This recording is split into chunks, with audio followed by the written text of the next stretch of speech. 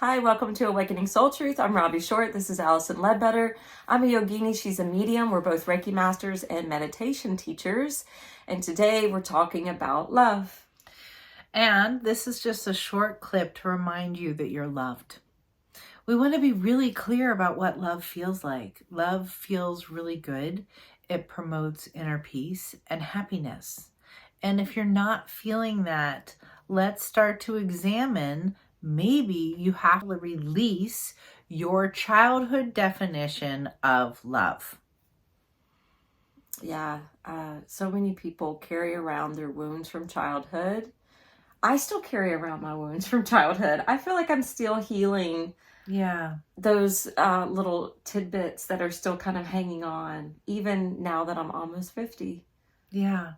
We really look up to our parents. We really want our parents to be the most loving, unconditional people ever. And that's really hard for parents to do now that we know that we're parents. I was the youngest of 4 girls, and they treated us all very differently and still treat us differently today. Oh, wow. Right.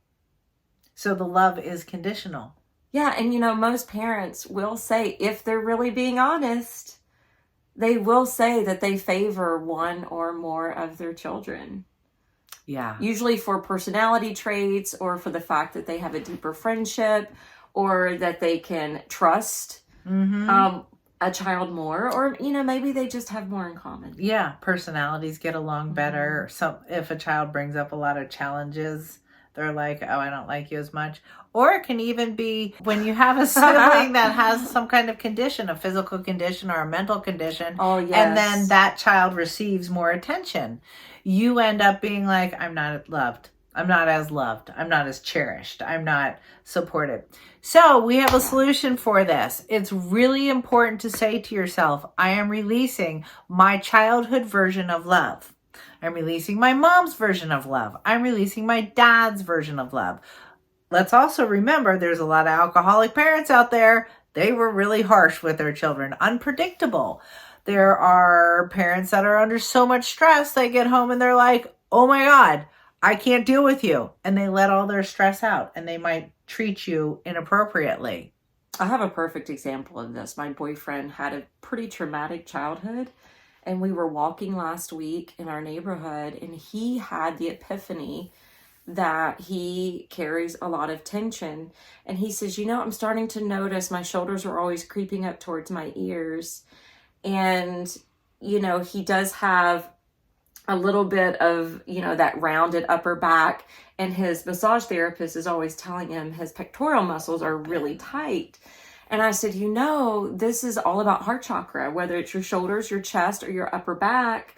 All of this is about maybe, opening your heart up and trying to forgive your past and, some of the childhood things you went through, but also allowing more love to come in.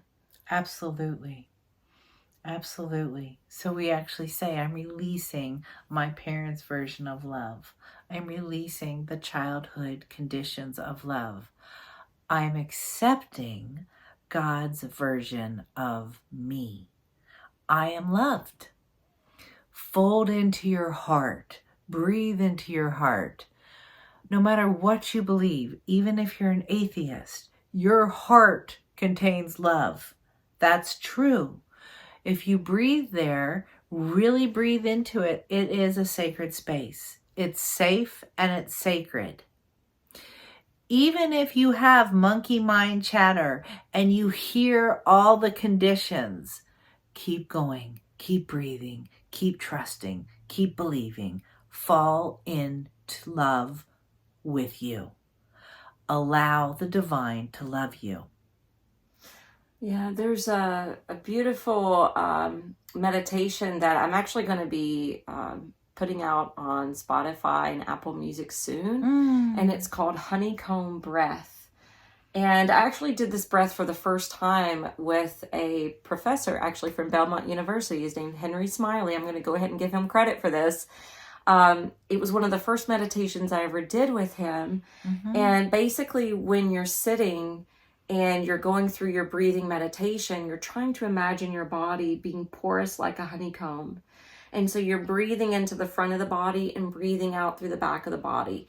And for this particular topic, you could think about breathing into the front of the heart and breathing out to the back of the heart, because we can I love it. and we can get some calcification in the back of the heart. Yes. When we are going through our younger years and don't feel supported.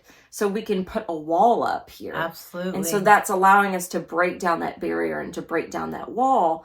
And in yoga, we often say when we're hunched over or rounding the back or have this poor posture, it's actually a shrouding or a covering or a shield that we're creating from our heart center because of the pain or the hurt or the disappointment or the conditions, that we've had with love. So learning to sit upright, learning to roll the shoulders back, doing that breathing meditation of feeling like a honeycomb. But then you would breathe into the back of the body, breathe out through the front of the body. Okay. And you can also breathe in through the top of the body, breathe out through the bottom half of the body, and then back up. Breathe in through the bottom part of the body and out through the top. And just move it back and forth in all these different directions. And you can use a mantra as you breathe. Yeah. I'm breathing in love. I'm releasing the... I'm breathing in unconditional love and breathing out any conditional love. Like releasing that aspect. Release that. And one of the most beautiful effects of this is that you will create an energy field that's loving and kind, and you will bring supportive, loving, and kind things into your life. Thank you for joining us today.